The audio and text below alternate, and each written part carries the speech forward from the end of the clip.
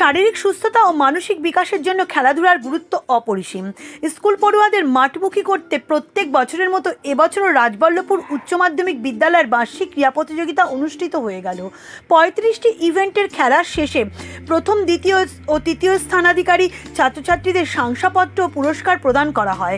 আন্তর্জাতিক হ্যান্ডবল খেলোয়াড় রুবিনা খাতুন, প্রাক্তন ক্রীড়াবিদ ইসমাইল সর্দার প্রতিযোগিতায় উপস্থিত হয়ে প্রতিযোগী ও ছাত্রছাত্রীদের খেলাধুলার প্রতি আরও আগ্রহী হওয়ার উৎসাহ দেন। প্রতিকূল পরিস্থিতিতে কিভাবে লক্ষ্য স্থির রেখে সফলতার শেষ বিন্দুতে পৌঁছানো যান তার দিশা দেখান। বার্ষিক ক্রীড়া প্রতিযোগিতার শুভ সূচনা করেন উত্তর চব্বিশ পরগনা জেলা পরিষদের জনস্বাস্থ্য ও পরিবেশ কর্মাধ্যক্ষ অজিত কুমার সাহা। পায়রা ও বেলুনুড়িয়ে শান্তির বার্তা দেন রুবিনা খাতুন, ইসমাইল সর্দার, পরিচালন কমিটির সভাপতি হীরালাল মজুমদার প্রমুখ। ক্রীড়া শিক্ষক সুখেন মণ্ডল, রাজনাথ রায়, দীপঙ্কর মণ্ডলের শৃঙ্খল ব্যবস্থাপনায় এবারের বার্ষিক ক্রীড়া প্রতিযোগিতা এক অন্য মাত্রা পায়।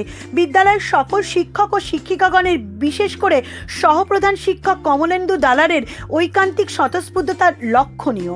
তুলনামূলকভাবে খুবই স্পৃহমান ছিলেন প্রধান শিক্ষক সিকান্দার রবি দাস, গোবরডাঙ্গা থানার আধিকারিক চিন্তামণি রস্কর ও মসন্দপুর তদন্ত কেন্দ্রের আধিকারিক বিপ্লব সরকার, হাবড়া 1 নম্বর পঞ্চায়েত সমিতির সভাপতি নেহার আলী, মসন্দপুর 1 নম্বর গ্রাম পঞ্চায়েতের প্রধান কল্পনা বসু, মসন্দপুর 2 নম্বর পঞ্চায়েতের প্রধান শিরিষ বিশ্বাস সহ বিশিষ্ট জনের উপস্থিতিতে বিদ্যালয়ের ছাত্রছাত্রীদের দেশপ্রেমের গল্পগাথার বিভিন্ন রাজ্যের নৃত্যশৈলী দর্শক সাধারণকে আনন্দ দান করে।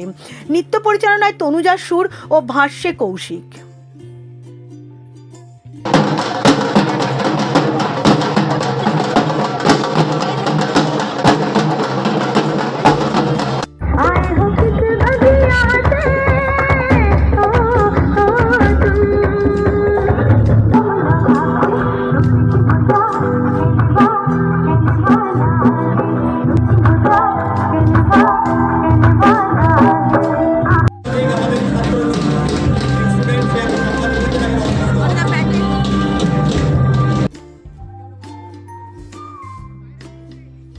আমি যারা এই অনুষ্ঠান পরিচালনা করছেন, যে সমস্ত ক্রীড়া শিক্ষকরা, তাদেরকে বলবো এবার খেলাধুলোর পর্যায়টা শুরু করবার জন্য।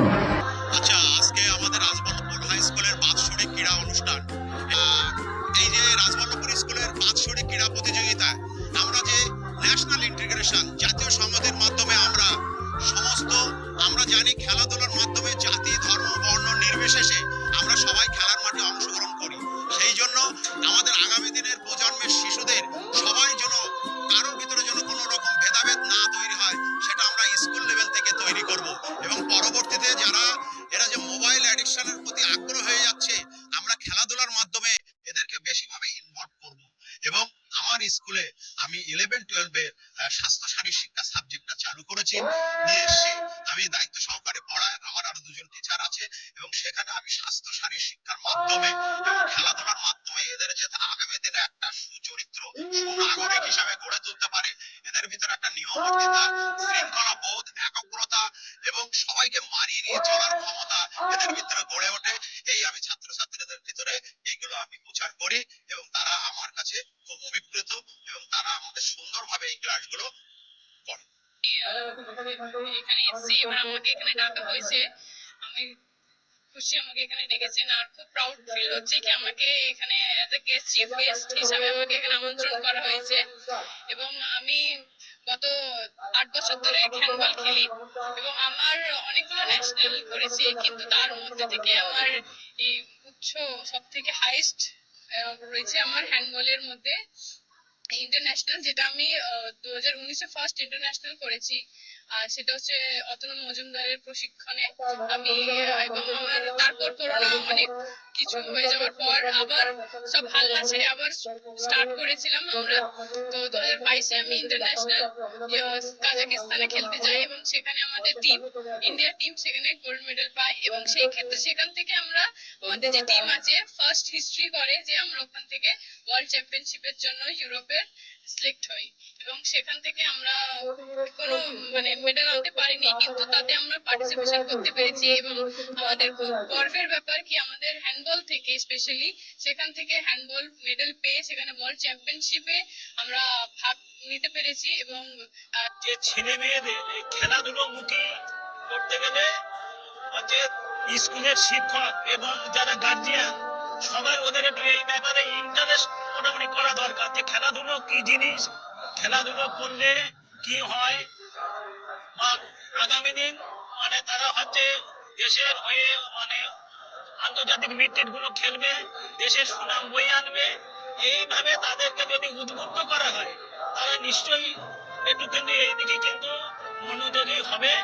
এবং আমার খুব মানে আমার ব্যক্তিগত মতামত, আমি হচ্ছে কোচের অ্যাসোসিয়েশন অফ মানে বেঙ্গলের কনভেনার, আমাদের যে রাজ্যে মানে ক্রীড়া সংগঠন আছে তার আমি কিন্তু কনভেনার।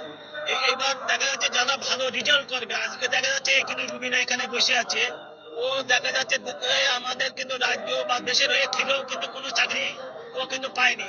আমি কিন্তু ওর কাছে জিজ্ঞাসা করেছি, ও কিন্তু কোনো কিন্তু চাকরি পায়নি। তার ফলে দেখা যাচ্ছে সরকারেও এই ব্যাপারে একটু যদি কোনো মানে নজর না দেয় তাহলে ছেলে মেয়ে তো হচ্ছে নিরুৎসাহী হয়ে যাবে। আমি মোটামুটি হচ্ছে কিন্তু রুবিনাদের মতন যারা ভালো রেজাল্ট করে আমি ওদেরকে বলবো যে কারোর ভরসা না করে আমাদের মাননীয়া মোটামুটি দিদি, ও একজন স্পোর্টসম্যান, ওদের যদি সেই মানে স্পোর্টসম্যান স্পিরিট থাকে গিয়ে সরাসরি গিয়ে মোটামুটি তার সঙ্গে কথা বলুন।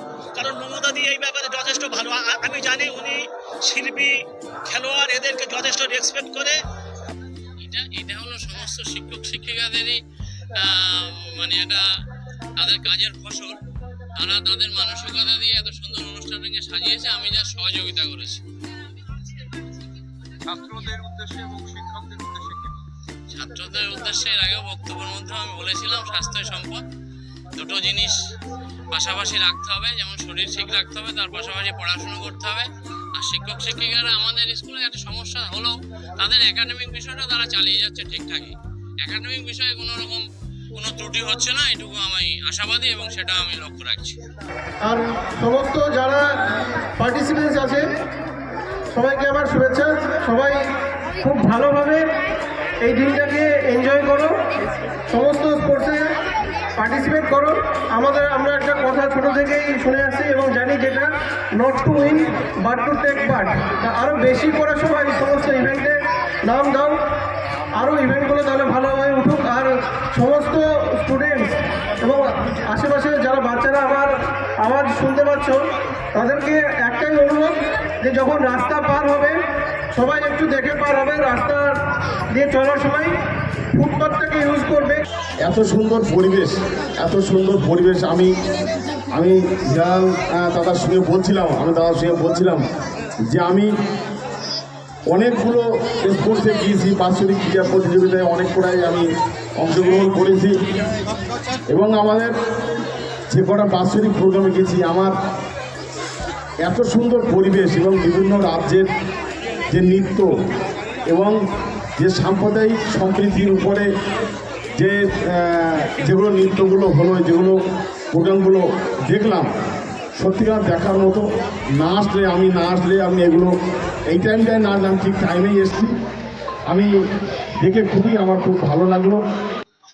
আসলে বিদ্যালয় হচ্ছে জাতিগড়ের কারিগরের একটা কারখানা বলা যেতে পারে, যেখানে ছোটদের ভবিষ্যৎ তৈরি করি আমরা। দিকে দিকে যেভাবে বিচ্ছিন্নতাবাদ মাথাচাড়া দিয়ে উঠেছে, মানুষের মধ্যে ধর্মীয় বিদ্বেষ মাথাচাড়া দিয়েছে, সেই প্রেক্ষিতে আমরা চেয়েছিলাম যে ছাত্রছাত্রীরা ছোট থেকেই বুঝুক যে ধর্মটা যার যার ব্যক্তিগত ব্যাপার, কিন্তু উৎসবটা সকলেরই।